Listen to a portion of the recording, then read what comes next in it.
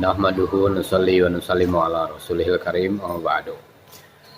Anas bin Nadhr radhiyallahu anhu adalah seorang sahabat baginda Nabi Shallallahu alaihi wasallam yang tidak bisa menyertai perang Badar.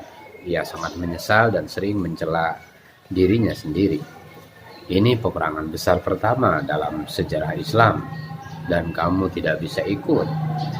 Keinginan beliau adalah jika ada peperangan lagi, aku akan menebusnya. Ternyata kesempatan itu datang pada perang Uhud. Ia turut serta sebagai pejuang yang gagah berani. Pada mulanya kaum muslimin telah mendapat kemenangan di dalam perang Uhud tersebut.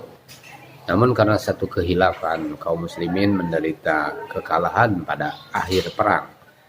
Kehilafan itu bermula dari beberapa orang sahabat radhiyallahu anhum yang ditugaskan oleh baginda Rasulullah Shallallahu alaihi wasallam untuk berjaga di suatu tempat yang khusus. Sebelum aku perintahkan, jangan tinggalkan tempat ini karena musuh dapat menyerang dari arah sana. Ketika permulaan perang, kaum muslimin memperoleh kemenangan melihat orang-orang kafir melarikan diri. Para sahabat radhiyallahu anhum yang ditugaskan menjaga tempat itu meninggalkan tempatnya. Mereka beranggapan bahwa peperangan telah selesai.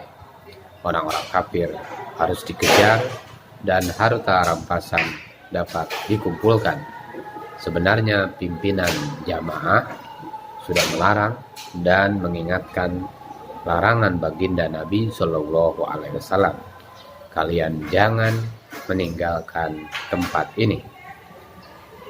Akan tetapi mereka menduga perintah baginda Nabi Shallallahu alaihi wasallam itu hanya berlaku ketika perang berlangsung. Mereka pun turun dari sana. Saat itulah pasukan kafir yang sedang melarikan diri melihat tempat itu telah kosong. Mereka segera kembali dan menyerang kaum muslimin dari arah sana. Hal ini sama sekali tidak diduga oleh kaum muslimin pada waktu itu, sehingga mereka terdesak karena serangan tiba-tiba itu dan terjepit di antara dua kepungan orang-orang kafir. Karena itulah mereka berhamburan ke sana kemari dalam keadaan panik. Anas bin Nadhr radhiyallahu anhu melihat seorang sahabat yaitu Sa'ad bin Mu'adz radhiyallahu anhu datang dari arah depan. Anas radhiyallahu anhu berkata, "Hei Sa'ad, mau kemana engkau?" "Demi Allah, aku mencium harum surga datang dari arah Uhud."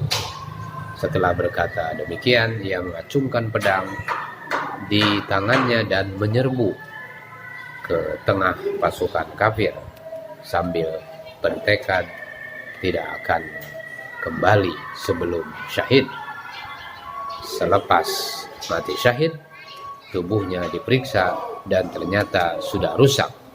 Terdapat lebih dari 80 luka akibat tebasan pedang dan panah di tubuhnya. Hanya saudara wanitanya yang dapat mengenalinya melalui ujung jari-jari tangannya.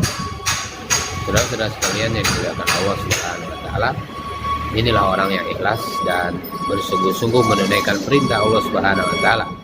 Ketika di dunia pun Allah Subhanahu wa taala memberinya kesempatan untuk merasakan nikmatnya surga. Inilah kisah Anas bin Nadhr radhiyallahu anhu yang telah mencium harum surga saat masih hidup.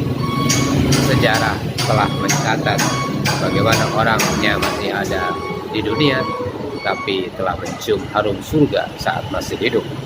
Jika keikhlasan sudah tertanam pada diri seseorang, nikmat surga pun akan dirasakan di dunia.